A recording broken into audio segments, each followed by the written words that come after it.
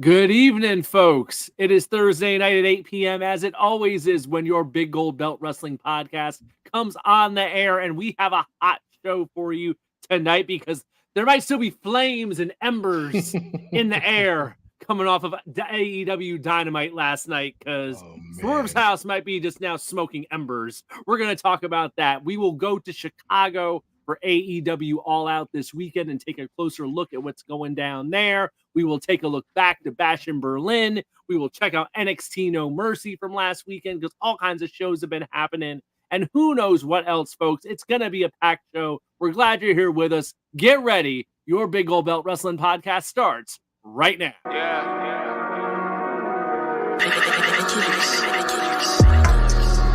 Big Gold Belt, Big Gold Belt, Big Gold Belt.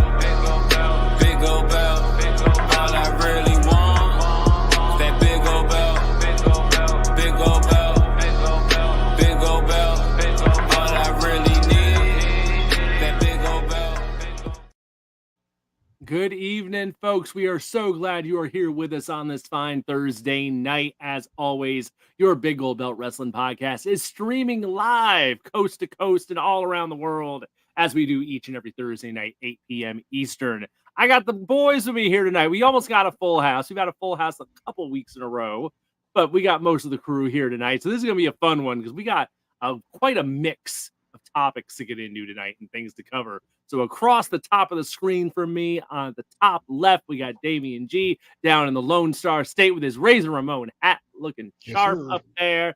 Down below him, we got the Giant Crab Jamal. And then down below me in the bottom right is Silly Celis. I am Will up in the top right corner. And we are glad you are all here with us tonight. Guys, how's it going? It has been another week of crazy wrestling happening that we'll get into tonight. Stuff on fire. Let's just go there. Things are on fire. Literally. Stuff is burning. Stuff is burning. So let's lead with that. Because we've heard so much, for months now. We keep hearing the refrain of whose house? Swerve's house. Literally. Yesterday afternoon, we get this video drop. I guess coming off the heels of, the rumors that he signed a big new deal, a huge contract, money's coming in. That Swerve went and bought his childhood home that was foreclosed on back in the day, and he tracked it down and he got it back, and they had a video with him and Prince Nana up on social media. And folks these days, I guess it's just the nature of how things are in 2024 that folks couldn't let that simmer. Folks is going to be like, oh, that's cool. Folks immediately were just like, oh, that's not going to be good for you tonight. Folks right away were just like, that is not what you wanted to be posting. And sure enough, we get to the end of Dynamite last night where they were supposed to have the contract signing or in-ring whatever thing. Hangman doesn't show up. Video comes on the screen. Where is he, of course, but at Swerve's childhood home. And he's touring the place with a gas can, makes his way outside, strikes a match, and does just what you would think a dastardly heel would do, or a guy trying to get revenge, and he lights the thing on fire, sets it ablaze. Hangman burns Swerve's house to the ground to close Dynamite before their big main event this weekend at AEW All Out. Before I say anything else on my thoughts on it, I'll let you all get in here first. So, Damian, let's go to you first. Thoughts on burning down a house? So we've gone from the history of wrestling of breaking cars on television, right? Like, oh, they broke my vehicle, the nice vehicle that you just bought that cost X amount of dollars. Now we've gone so extreme the other direction where we're burning down childhood homes to build up a blood feud by burning down a house. And I know a lot of people have made the comparison to when Randy burned down the shack of the Wyatts. But this is a little bit more personal, obviously, because this rivalry has been personal, with breaking into people's homes, threatening people's families, spying on one another, drinking each other's blood when they wrestled previously. So what's the next best thing? Let me burn down your house to piss you even more off because you done pissed me off to start with. So in 2024, the year of our Lord CM Punk, we are now burning down people's homes in order to create blood feuds as opposed to I just hate you. Now I really hate you. because you took something sentimental to me and now you've desecrated it. And my biggest beef here is not even that it got done, is did this feud need that? When they have a documented history of breaking and entering, stalking, enough to warrant a blood feud that really never got the blow off because Swerve wound up winning the championship, and now he's no longer the champ. So it's like, well, what can we do to bring interest to this? Burn a house down. Yeah, that'll do it. You know that. But what it does is it creates a dichotomy of who are we supposed to root for in this feud? Because now everyone's committing a crime. You know, something punishable by felony offense, right? So who's the face, who's the heel? Does it really matter? That's my biggest thing, is that did we need to burn the house down or bring the house down literally to elicit some sort of response from the audience? When we knew, if you've been following these two, that they hated each other in a blood feud to start with, where they were drinking each other's blood, you didn't need this. So I thought it was unnecessary. But again, shock value. We got the picture of Hangman drinking beer with the gas can next to the chair. You know, like I said, that picture went real hard, but I don't think it was necessary. Okay. Here's why I don't care. Here we go. Here we go. I thought that the match between Strickland and Adam Page was fine that they had. That actually was a competent blow off. I really don't need any more of this feud. Now, I'll admit, asterisk, I'm biased because I think that Adam Page is the second most boring personality in AEW. Like personally, Adam Page is about as exciting as rubber cement, and it's just hard for me to root for him to do anything at all. I'm completely ambivalent to what he does. With that said, this is far and away, easily, the best promo he's ever cut in his wrestling career. Ever. Okay. The segment itself, this is the most memorable thing he's done in the 10 or so years that I've known him as a wrestler. So good on him for that. As far as this feud, as far as this, the segment itself, as far as setting up the match in Chicago, meh. Like at some point you cross the line of a believability where, okay, so nobody's going to call the fire department, nobody's going to call the ATF. Adam Page isn't getting arrested for anything. Khan has a known arsonist on his roster, and yet Nick Cage got kicked off the show because of the pizza cutter incident. Correct. I mean, it's Sammy Guevara said things that he shouldn't have said before AEW ever existed, and was made to do counseling for it. Yes. But Adam Page burned down a man's home, his recently purchased childhood home, but he burned down the man's home, and they're just going to settle into the ring. I mean, don't get me wrong. I know what I just said out loud, and I understand that it's kayfabe, but there comes a point where it gets too ridiculous. Right.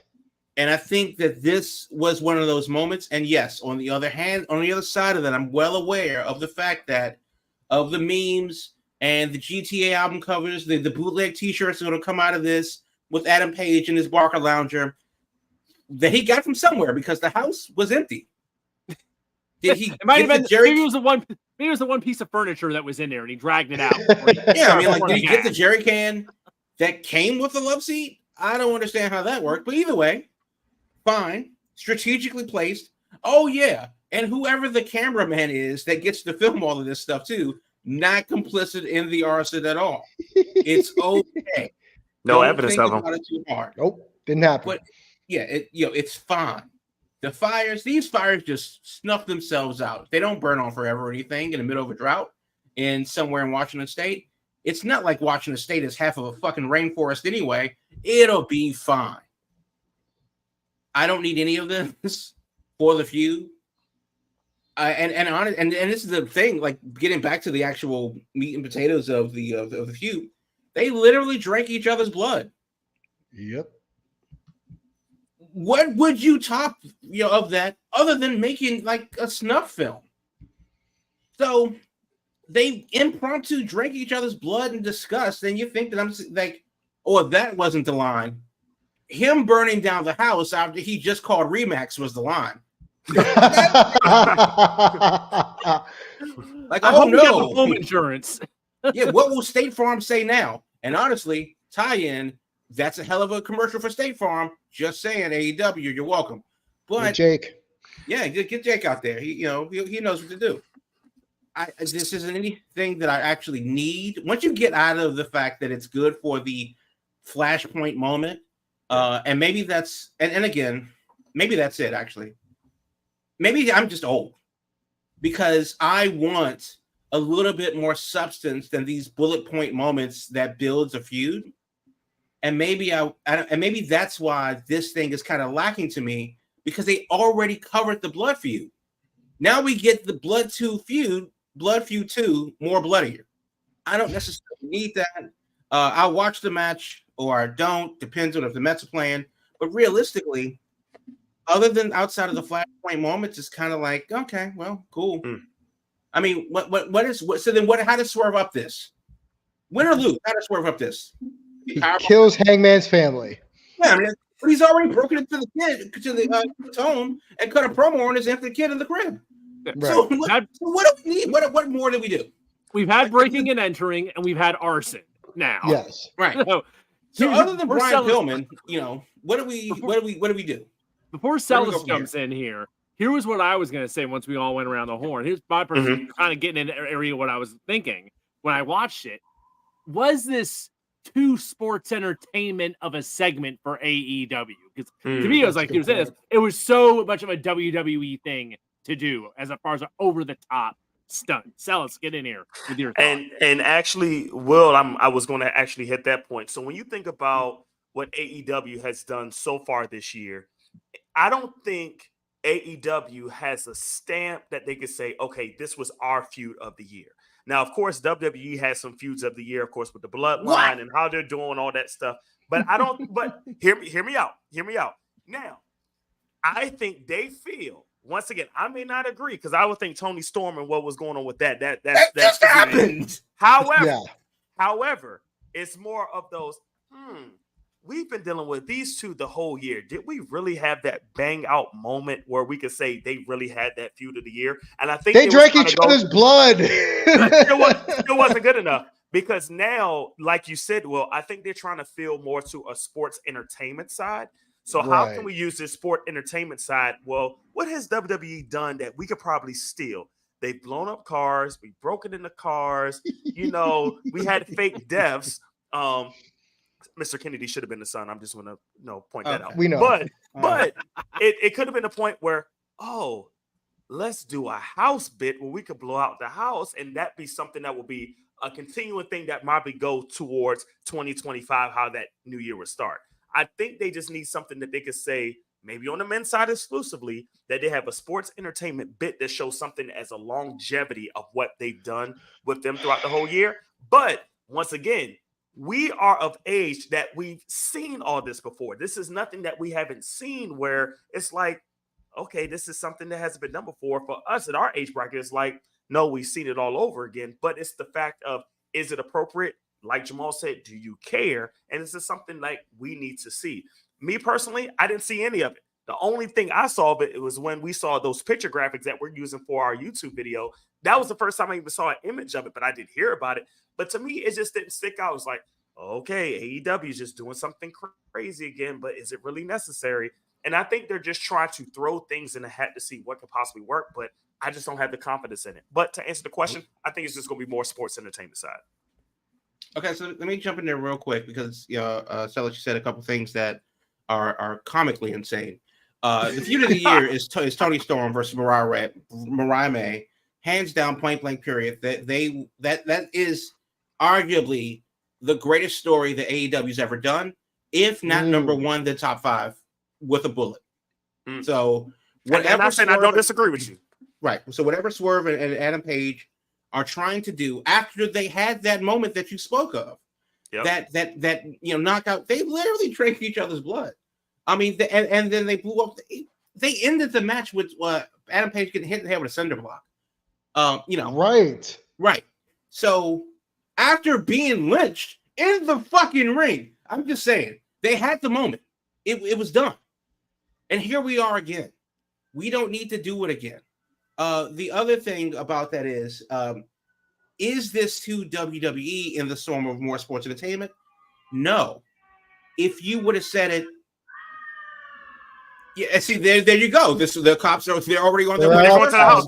Are they going to the house? Right? Finally, one day later, they're finally going to the house, right? Finally, but the idea is, if AEW has turned the corner into a more sports entertainment direction, and that's unfortunate for me because that's not the AEW that I was sold on back in 2019. It was a solid 3-year run, but to be fair, they need more casual eyes. They need a wider base and to cast a wider net. And in North America, that wider net is cast with a WWE lens. It is what it is. I'm looking at some headlines from this moment from last night, and one of the newspapers that I see out of Belfast, Northern Ireland, is former WWE star sobs as his house is burned to the ground. I mean, that's the headline. Yeah, and it's messed up, but it's like, well, yeah, because it's WWE. So with that said, because AEW is what they are now, this is what they want to do. This is the direction that they want to go in, for better or worse. And if I were to say that 3 years ago, yeah. But once Matt Hardy teleported, time skipped into the arena at Daly's place, that was when they jumped the shark. And if you're old enough to know what that means, congratulations. You are old. But yeah, I mean that's where we are now. That's where AEW is now. And maybe that's what the people need. Now the question is, did this work? Now we've given our opinions about how we feel about the specific moment. But in general, and people are talking about the moment because it's been memed out of control. But that's just what the people are going to do. The question is, does this get you invested into the match, whether you were following the story or not? It's just a blow off to a blood feud. It's not for a title.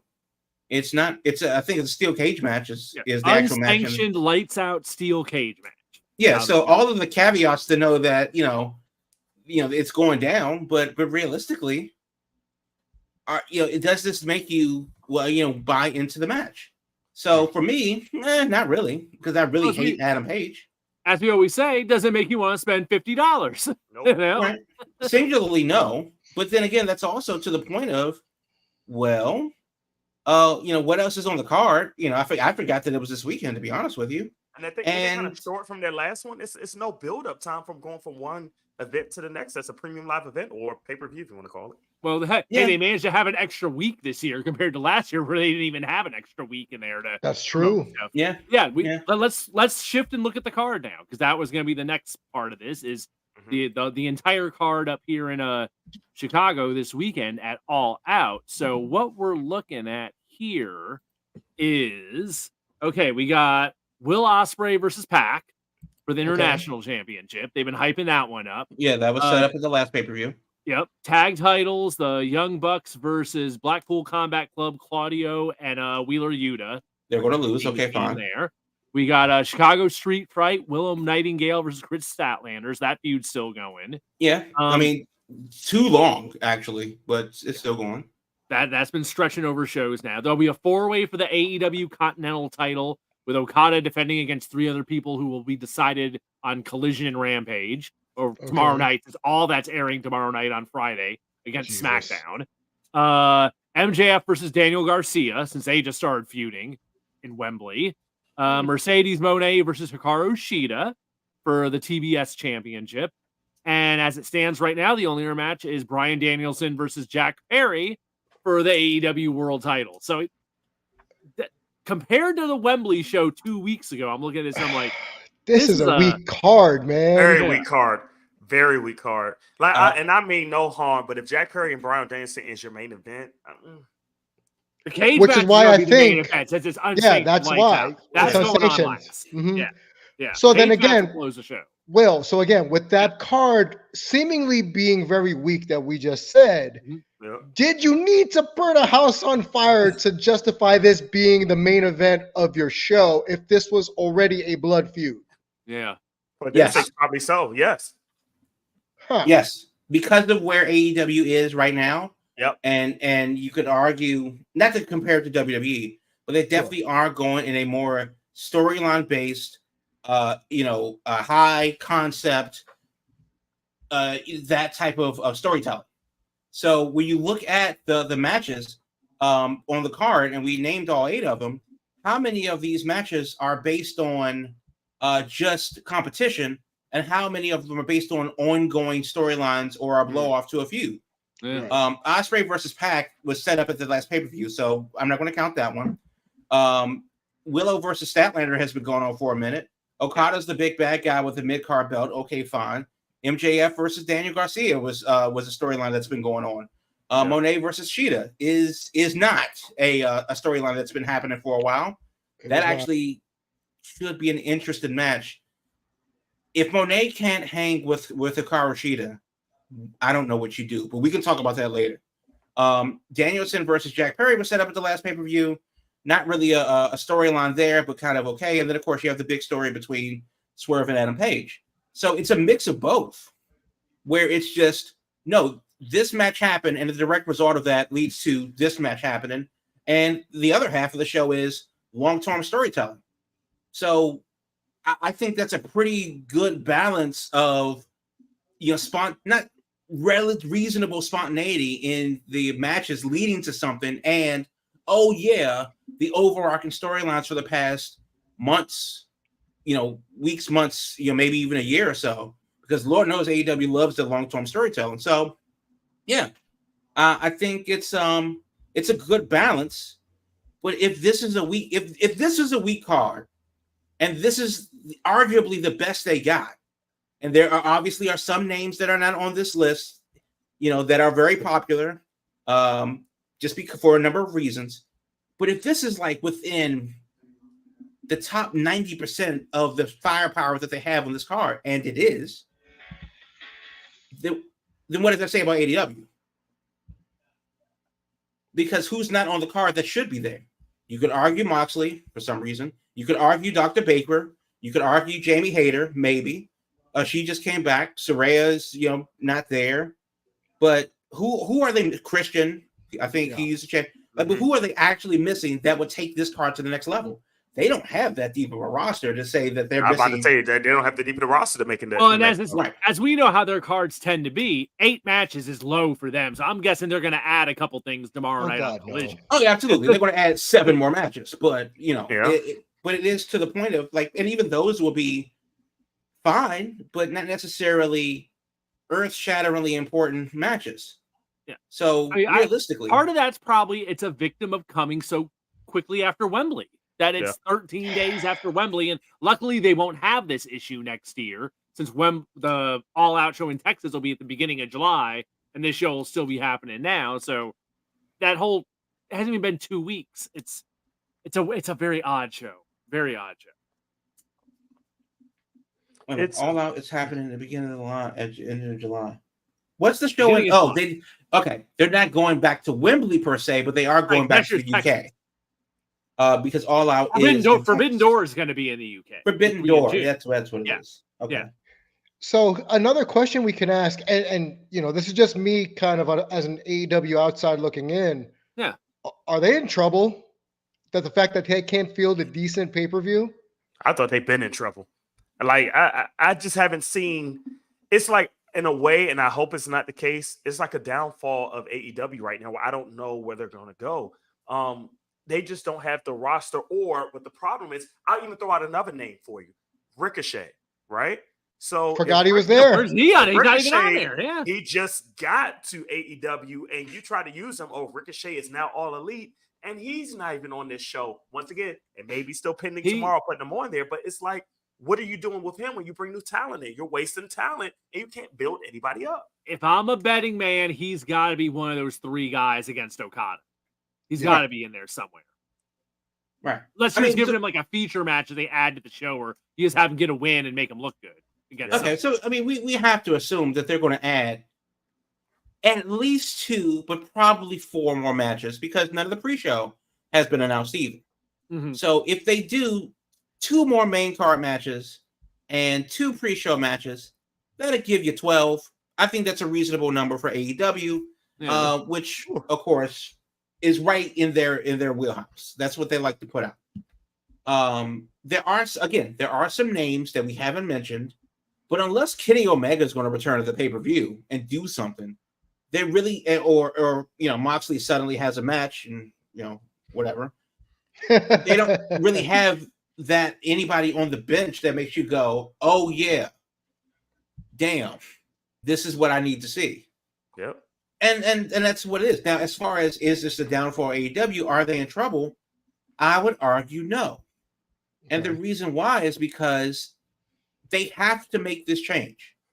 They will not succeed in the way that they want to by just being a pure wrestling first 5-star match after 5-star match after 5-star match wrestling clinic with because you're going to have the other side of that goes, well, the pendulum, nobody cares about work rate. I want to see pageantry. And AEW is never going to say, well, go watch NXT then. No, because that's not what they want. They want to be able to attract an audience, a casual audience.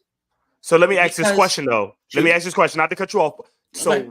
if just saying what you said, and I understand, and if I'm thinking to myself, to the common fan, if AEW is going to do what WWE does now because they're trying to switch who they are, what's my point of even trying to watch AEW?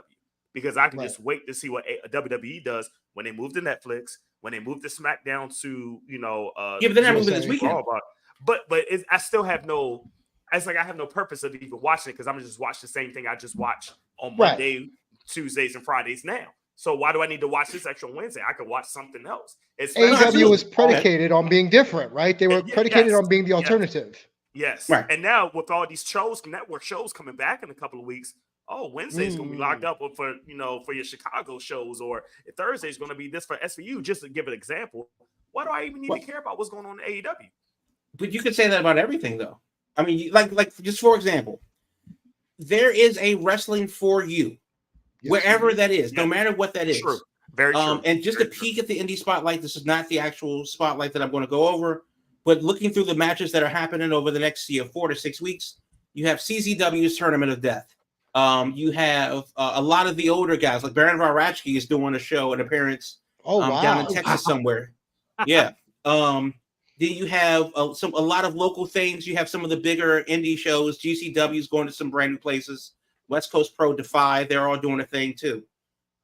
Then of course you have another death match in middle of North Dakota, and so there's a lot of things that are viewable, and these things are very accessible on Triller or Independent Wrestling.tv or whatever it is. So there's no excuse to not find what you're looking for. What AEW and what WWE is trying to do is cast the widest net. And WWE has been casting the bubblegum shrimp of nets for the last 75 years. AEW angled a lot of people in with us being the anti-WWE.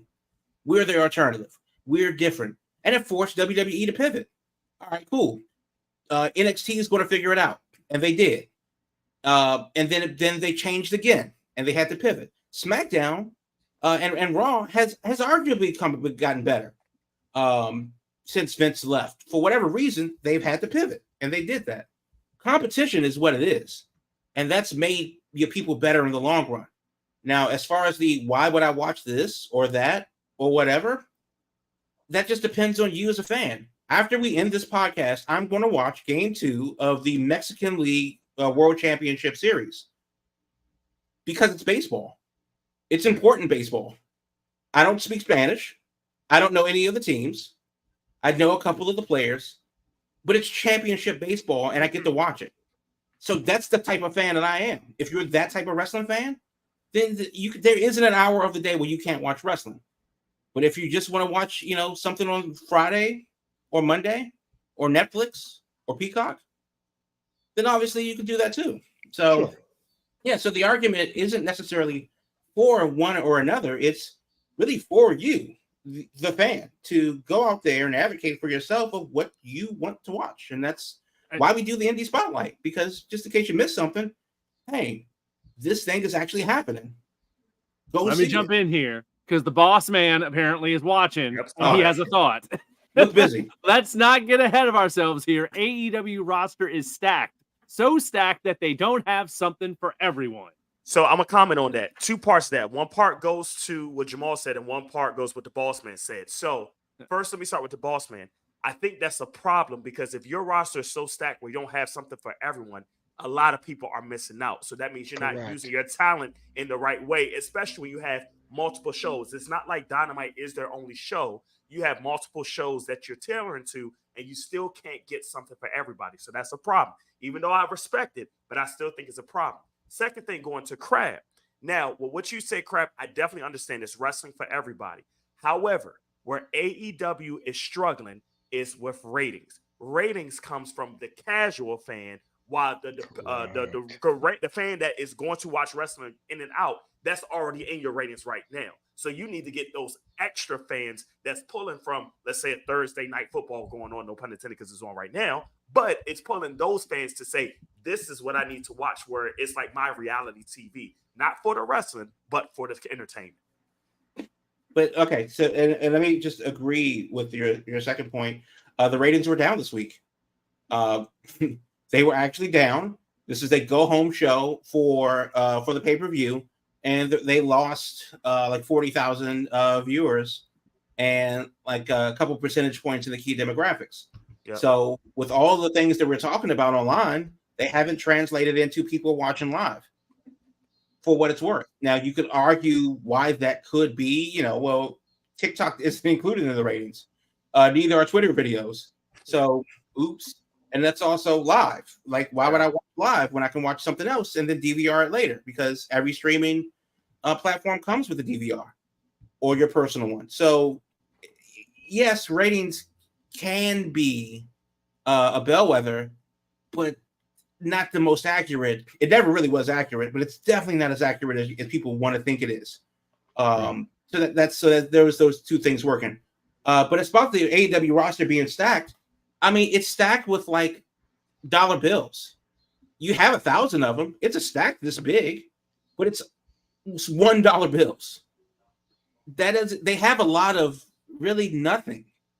And there's that's a lot of guys that are interchangeable. Right. AEW doesn't have a can't miss star that they don't have a Roman Reigns. They don't have a John Cena. A must-see TV. They did at one point, but he's not there no more. Well, true. Well, for whatever reason, they don't have that guy now. Yep. And for what it's worth, they don't have a CM Punk. They don't have an Alexa Bliss.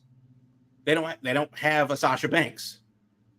But that's a thing that we've always said about AEW and their inability to build organic stars. They've had some moments, sure. We're talking about one of those moments now. Yeah. This is how you build the pay-per-view, to be fair. This is a seminal moment. It's got people talking. The pay-per-view is on Saturday or Sunday this weekend. $50 if you got it on you. Okay, cool. They did it right. And somehow it doesn't feel like it's enough. Yeah, we'll see on Saturday how much it resonates. How much, especially coming off of Wembley. That's going to be, I think, the big question is, can they come back this quick? And did this fire that they lit, will that get people, to come out and spend their money? We'll see.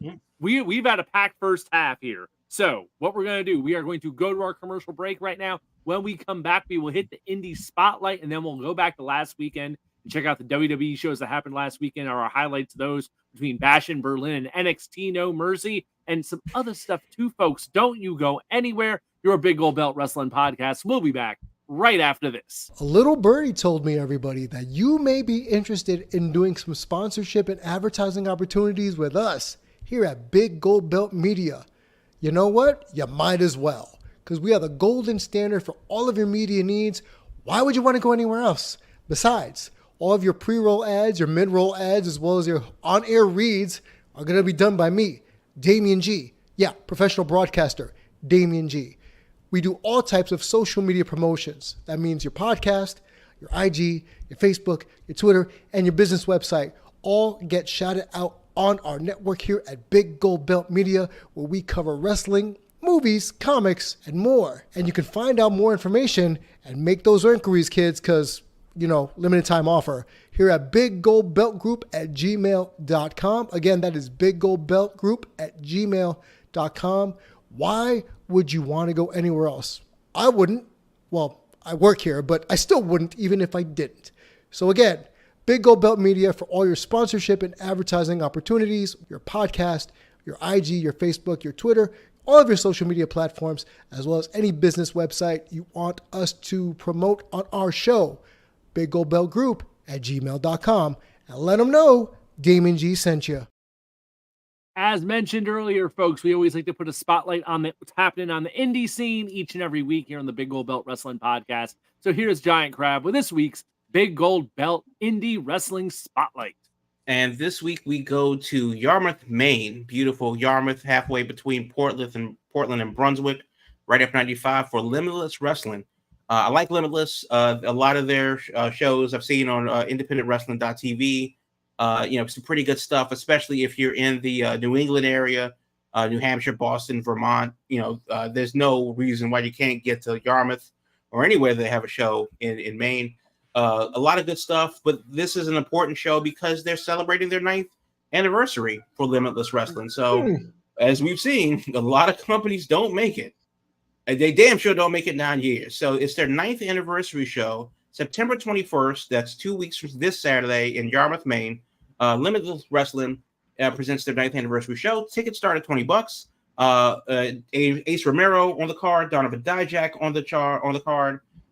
World-class Shannon Thomas, who won the Limitless World Wrestling Championship. That's going to be, a lot of these guys are good. They usually do a good show. September 21st is the date. 6:30, the door is open. The bell is at 7, and that is in Yarmouth, Maine. You can get your tickets at limitlesswrestling.com. Just click on tickets, limitlesswrestling.com for their 9th anniversary show 2 weeks from Saturday on the 21st in Yarmouth, Maine. Bring a coat because it's Maine in September. It's going to be cold, but it's going to be hot on the inside for Limitless Wrestling in Maine 9th anniversary show, the Indie Spotlight for this week. Thank you so much. There we go. Each and every week, keeping an eye on what's happening on the indie scene here on the Big Gold Belt Wrestling Podcast.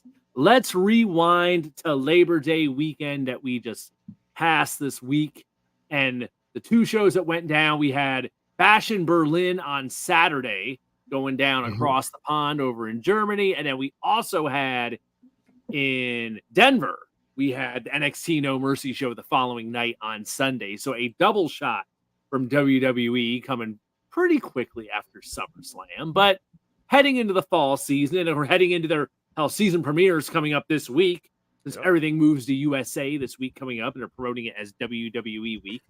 I thought these were some interesting shows in a couple of different ways. And we'll start with Bash in Berlin, because that came first on Saturday afternoon.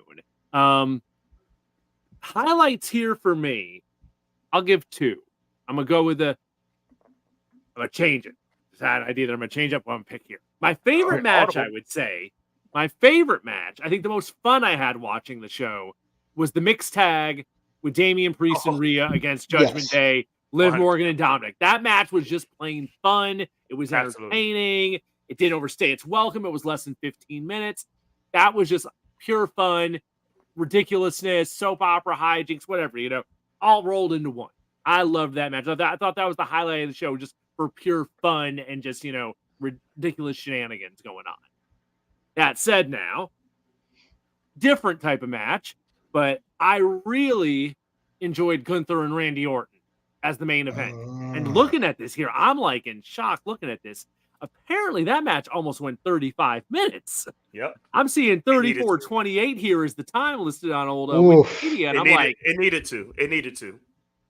It didn't feel that long to me, but it definitely had a slow pace, which for some people worked and some people didn't.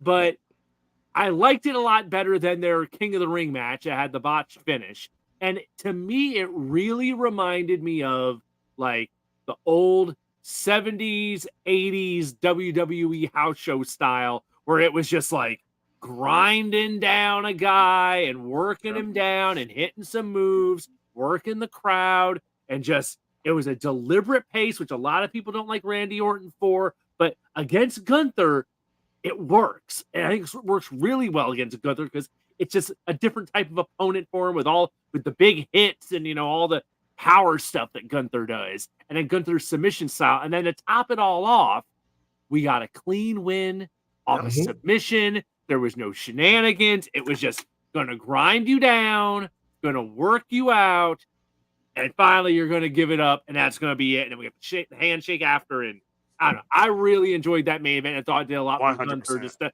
Just to even though he already would have been elevated after that Intercontinental title run, but now he's like made the move to the world title, and it's just re-solidifying him as like this is the beast that is gonna have to be conquered. That's my two thoughts on the show. Damien, you come in here next. Well, what are your thoughts on Bash and Berlin? I am of the brigade that doesn't like the long, drawn-out, grindy world of sport matches that we grew up with in the 80s and such, where rest hold and things like that. Right. But I understand why they did it. Because one, look where they were. Because that crowd was all about Randy Orton. That crowd was all about the in-ring portion of it all. You didn't need a lot of promo stuff, or as in the previous segment, we talked about the pomp and circumstance of AEW. WWE was able to just fall back on good in-ring product, even though that may not have been my cup of tea. The match I liked the most was CM Punk versus Drew McIntyre because I love me a good old strap match of people beating the crap out of each other with a weapon. Because, what do you call it? The Attitude Era. Be damned. I will agree the most fun match was the mixed tag match because Dom is probably the most detestable person in all the professional wrestling in all the best ways possible. Oh, absolutely. And Rhea, arguably, is the most over wrestler in WWE, not named the Tribal Chief. So seeing her get a comeuppance on Liv, a little bit on Dom, and, my namesake just there for the ride, even though he's over in his own right, I thought that was the most fun because who doesn't want to see Dom get his ass kicked? But I don't know, just something about McIntyre versus Punk. Punk's nostalgia has not worn off on me just yet because he still has a good dance partner to work with, and there's gravitas to it. Yes. So much so, we talk about hard hitting, right? Punk got dropped through a table while the strap was on. So for a 40-something-year-old Phil Brooks, that was a little bit of a bump I didn't expect him to take at this juncture in his WWE return, considering how injury-prone he's been since AEW. So I thought that proved a lot more to me that these two, which now they'll settle it at, I believe, Bad Blood, over a bracelet. Who thought? We're talking the first segment over burning a house down, right? The damn bracelet. Over a bracelet that had so much gravitas and vitriol attached to it of two dudes who are now beating the shit out of each other just because, for me, it was more entertaining. But I understand, and I'll wrap it up to say, I understand why Gunther versus Randy took so long. And I understand now, I'm not a Randy guy, but beating Randy Orton in the way you did clean, like you said, Will, no shenanigans, is worth way more than Austin Theory and Solo Sikoa squashing the ghost of John Cena. And I understand why they did that. Because now, since you can't get Brock Lesnar back, you got Gunther as the new beast incarnate of WWE. I could have done without the handshake, though. Because all the insults leading up to it, you're a failure, your whole family's been a failure, I'm going to shake your hand? No, that could have done without that. But overall, I see why they did what they did. Just to add to you, Damien, and I'm gonna talk about Gunther and Randy. That's my main point why I like it. But you made something that was very important. That when you have a wrestling feud, of course, the wrestling feud is supposed to elevate somebody, but the dance partner has to make sure it sells who you're trying to uplift. We all know CM Punk is the one they're going to uplift, but the way Drew McIntyre is allowing this story to be told in the way gives a lot of credit to him about the work that he's doing, Correct. elevating him. So I have to give you 100% credit on that because Drew McIntyre is killing it on that regards. However, for Gunther, I wish, going back to AEW, would do something to one of their superstars like WWE did with Gunther. Now, he started out as Walter when it was on like NXT Europe and everything in that nature, lost the weight. He did a lot of work on his own to build himself up to be Gunther now and being part of Imperium, being an international champion, intercontinental champion by him getting back on, the main roster now. And now he's the world heavyweight champion. This is the perfect storyline of how you build a wrestler to be the top or on top. And I really think he's going to carry this belt for a little while, even into Mania. Now, I'm not sure he's going to do a Roman thing. I'm not. But this is a great way that these type matches, they're not boring. They're just drawn out old school that brings a different feeling to how good of a wrestler he is. Now, I'm not mad at the handshake, but the handshake to me was a passing of the torch where Randy says, okay, big fella, you've earned my respect. Now you go be great. And do that in Germany is the only place he could do that because of the international feel that Gunther would have with that fan base. Because in a way, it was a face versus a face match, even though naturally it was a face versus a heel. Yeah, 100%. If you're, this was, I believe, a passing of the torch match for Randy, and having Gunther go over in, not his home country because he's Austrian, but in a place where he definitely cut his teeth because, WXW all over all day long and, getting a start in Germany and making his way around the world, it started there. And then to come back home, starts a full circle moment, so hell of a time. And I think that, number one, for Randy to go 35 minutes after coming back from injury, and then the fact that he's 350 years old is a testament to his ability to bounce back. So good on him. Still not a fan, but damn, I got to give the devil his due. As far as Gunther, I 100% agree with the fact that that's the thing. I 100% agree with you, Marcellus, that I saw Walter and wanted Gunther. Yep. And that was a problem for a while. Yep. Because if you look at Walter versus Keith Lee, sure, great. That's the match that got him into WWE, possibly. But now that he's evolved and he's become, the ring general, Gunther, he's been able to make that into his own. Yes. And that's what the good ones do. It's not just, we're getting this same thing in a different, flavor. No, the good ones reinvent. And this is the era of Walter, and whatever he'll need to do, he'll reinvent it again because I really think he's that talented. So good on him. Worthy main event, and then of course, Marcel Bartel. I forget what the hell his name is, WWE, but Ludwig Kaiser.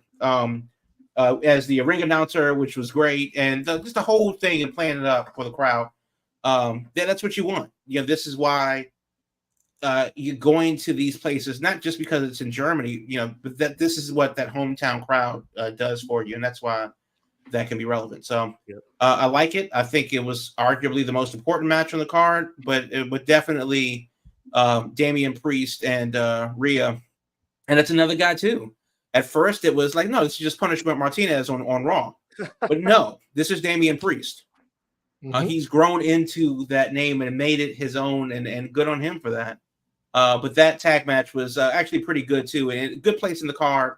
Really liked the the way it went down and ended, and then it led into the main event. Good way to end the show. I don't know how I feel about these 5-match cards though. Just saying. Yeah.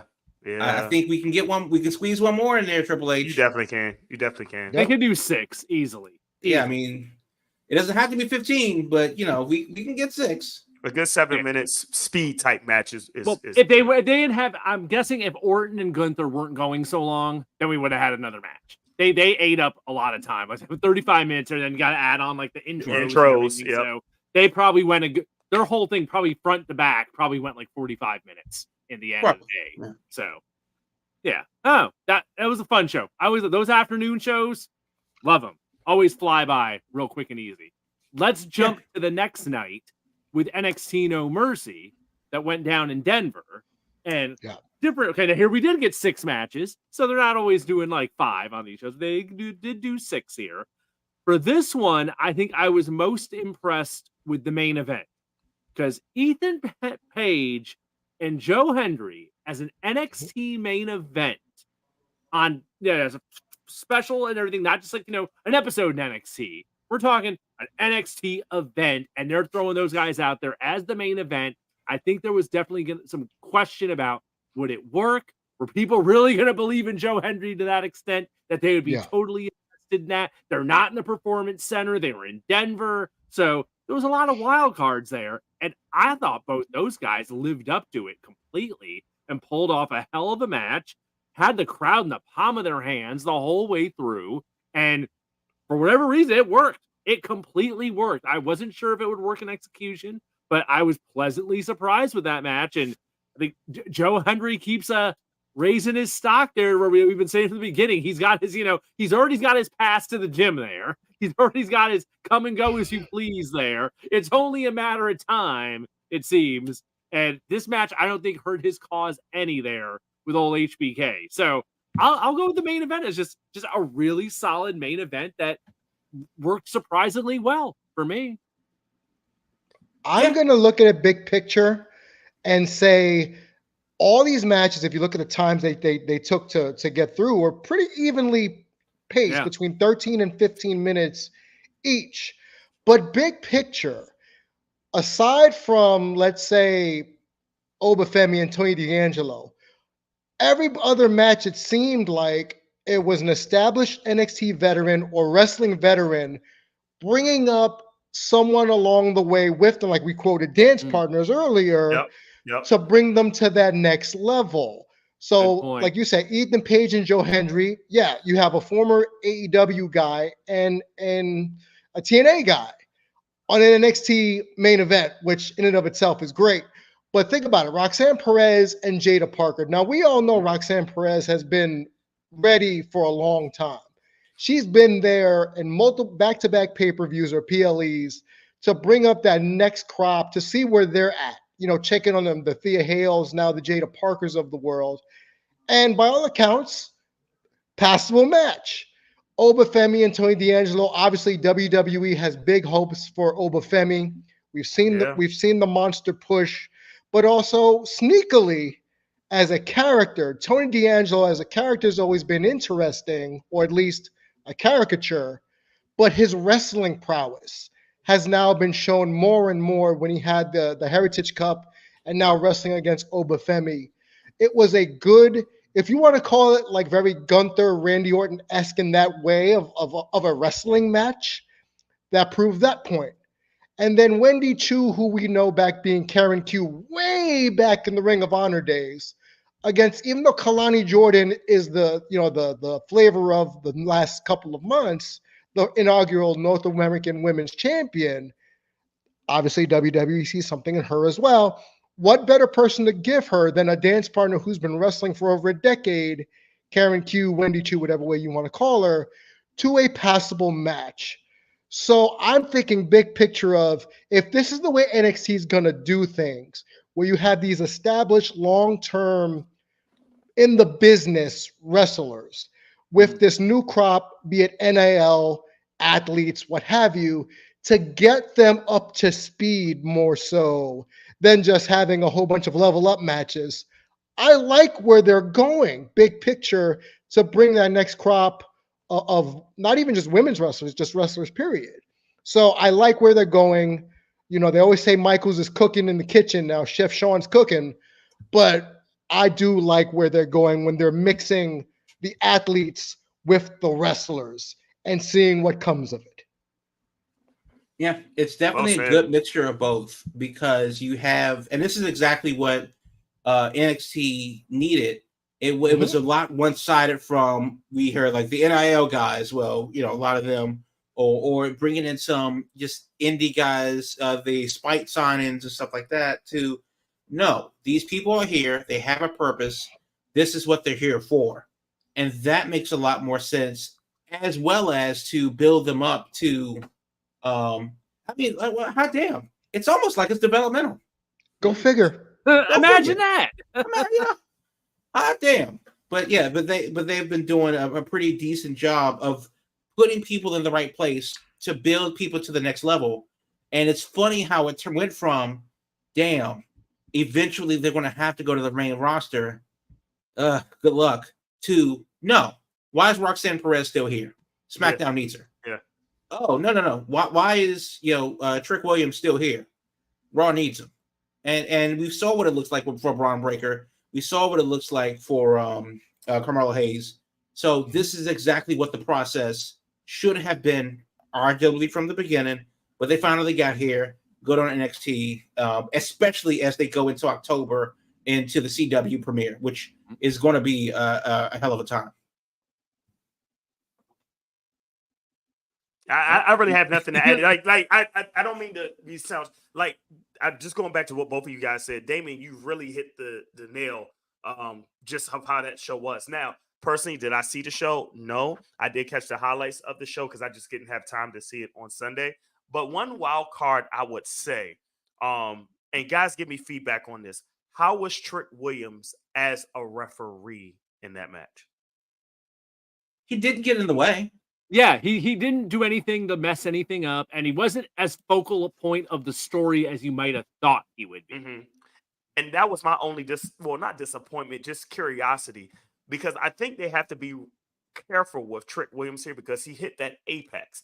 But now it's a long time from September all the way to March, April Mania for next year. What are you doing to build with him? Like, I want to make sure, like, is he still going to be in that title picture? Are you trying to build him up for character development? Are you trying to build him up for more speaking? Because it's going to be a time like where you saw Carmelo Hayes. He went to a dry spot because did he stay on NXT too long before he went to the main roster?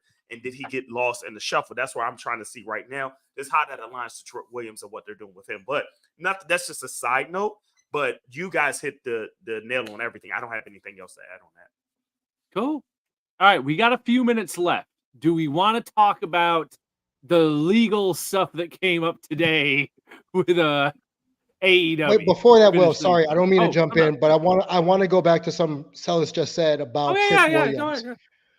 The reason why now you have Trick Williams still in NXT, for me, you have him with Ethan Page, again, long tenured veteran to get him more in-ring ready. And now he's going to work with Pete Dunne, who also is another long-term in-ring professional wrestler, to put him through the paces of potential main roster call-up. Because right now, and I know the internet may come for me one day, Trick Williams looks like $1 million, doesn't talk like $1 million, but is charismatic, and he's a theme song featuring Booker T. We got to get more Trick wrestling to get him ready to be a multifaceted performer. He needs reps. And I think him working with Ethan Page and now with Pete Dunne, again, two long tenured people in this industry, will do nothing but wonders to get him ready. So I think that's why, to your point, Sauce, about like not seeing him do more, like, oh, he should be on the Raw by now, to what Crab said. No, he's still got to cook a little bit more in the oven.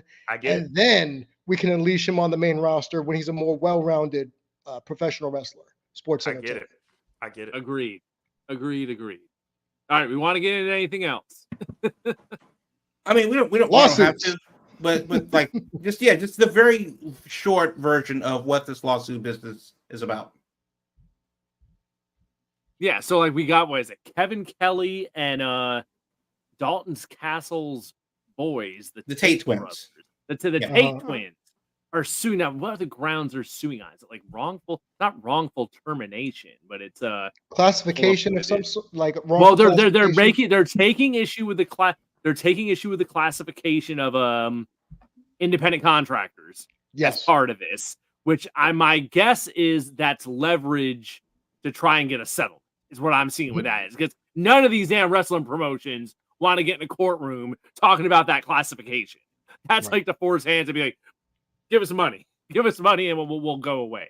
I'm trying to find this here. Okay, so looking at an article that I'm reading right now from the Philadelphia Inquirer, it does seem that Kevin Kelly and the Tate twins have joined together on a class action lawsuit against AEW, largely for damages for defamation.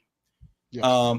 Because Kevin Kelly was labeled as a QAnon conspiracy theorist Right. for recommending the movie The Sound of Freedom, which honestly, meh. I saw it. I didn't even know what it was. I saw it because I saw the trailer. The movie's not as pivotal to the argument as what people think it is. Like, whatever. But people said like, oh, and they trashed him on Twitter and all this other stuff too. Ian Riccaboni and him had a falling out publicly on Twitter. And then of course, Kevin Kelly was taken off of Ring of Honor. Went to New Japan, criticized them, and then of course got shown the door in New Japan. And then he has been kind of blackballed from announcing. The Tate twins have a different problem. Allegedly, they no-showed work a couple times.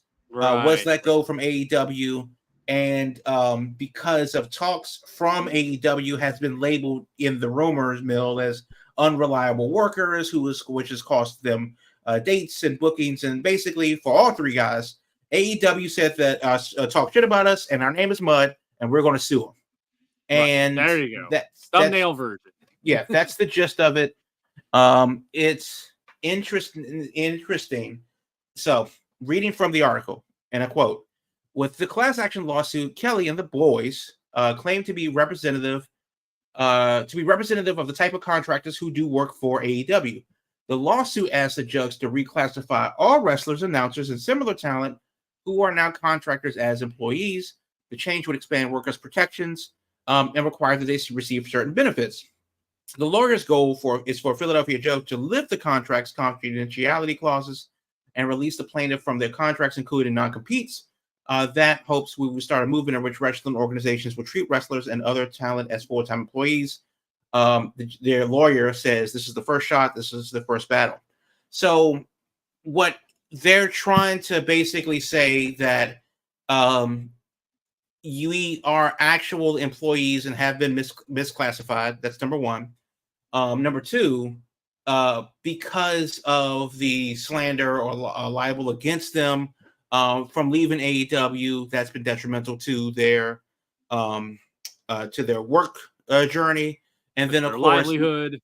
Right, and because they're not because they've been as classified as independent contractors, they are not entitled to any workers' protections from any involvement from AEW, and even though, depending on what their contract is, they still may be under a non-compete embargo for whatever the cause is because they were let go. So not only were they blackballed, but they probably can't work anywhere in the business anyway, even if they wanted to, because of their non-compete with AEW, because they were fired, even though they're contractors and not employees. So which is it? If I don't work for you, then let me go. If I do work for you, then I want benefits and arbitration or whatever. Yeah. But then we can't even talk about it because the contract is the contract. So make it make sense. Now, of course, the first question is, how does this go? I don't think they have a snowball's chance in hell of winning their lawsuit. Not because they shouldn't, but mostly because people don't really hit the first shot. But I do think that this is some of the things that Matt Cross was talking about before he had to fucking hide in a sandbox in the middle of the Libyan desert. Because where has he been exactly? Now that you mentioned that name, I'm sorry. Like, wow, where he been? Exactly. That's some of the stuff that those guys were talking about. And then the talks of unionization, talks of workers' rights, they come up every now and again. These are some of the issues that they talk about, and then of course they fizzle. Eventually it will take hold. Yeah, eventually it'll take hold. This is not that time now. So yeah. It'd be interesting to see if their confidentiality of their contracts gets opened up in court. That's how they would have to go about this, because if they can't talk about anything, then there is no case. Yeah. So my guess, I think the most interesting thing would be, since it's a class action suit, if anyone else happens to get involved with this, which I can't imagine much of anybody would, because people don't want to burn bridges unless they're totally thinking, well, I'm done, I'm on my way out or whatever, I don't got a chance, so let me throw my name in the hat with this. So I can't imagine much anyone else getting involved with this. And I think in the end, either one of two things is going to happen. It won't go anywhere. It'll just completely fizzle out, or there will be a settlement very quickly, and we'll never hear anything more about it than that. And just, settlement was reached, lawsuit dropped, done. Right. Some money will change hands, and that'll be it will be easier for Khan to just settle out of court than to have this go further. Just because you definitely don't want former employees for any reason talking about workers' rights amongst any company. Yeah. Wrestling promoters do not want that independent contractor clause getting brought up in court, in a courtroom. Or the non-compete clause brought up in court. Yeah. They don't need that can of worms getting open. Why doesn't that get brought up more? The non-compete clauses when you're an independent contractor. Why does that? Well, you're getting paid during it. You are getting paid during the non-compete portion on their contracts. In many other jobs, you aren't. But unless you aren't because you've been fired. Correct. Right. That's a different situation. Right. Or let go. There you go. Right. Mm-hmm. Right. So that's kind of like that's arguably the basis for their case, is that you either we are employees, or if the contract has been terminated, then fuck off. Well, which is it? Yeah, you can't have it both ways. You can't hold this over my head. Yeah. Yeah, you can't have it both ways, but apparently they can, which is why they're asking the judge to do a thing. There you go. We will see. We will stay tuned and see what happens with that in the weeks to come. Folks, thanks for being with us here tonight on the Big Gold Belt Wrestling Podcast. Did a little bit of overtime with so much going on this week. I told you it'd be a packed show, and it absolutely was. Every Thursday night, 8 p.m., we are here streaming live on Twitch, YouTube, here on X, you name it. Broadcasting live 8 p.m. Thursday nights Eastern. Audio version drops shortly thereafter in podcast form on all your favorite podcasting platforms. And the video lives on YouTube, also at Big Gold Belt page on YouTube. So plenty of ways to check out the show each and every week. In the meantime, on social media, it's at Big Gold Belt across the board, whether it's Twitter, Instagram, all that good stuff.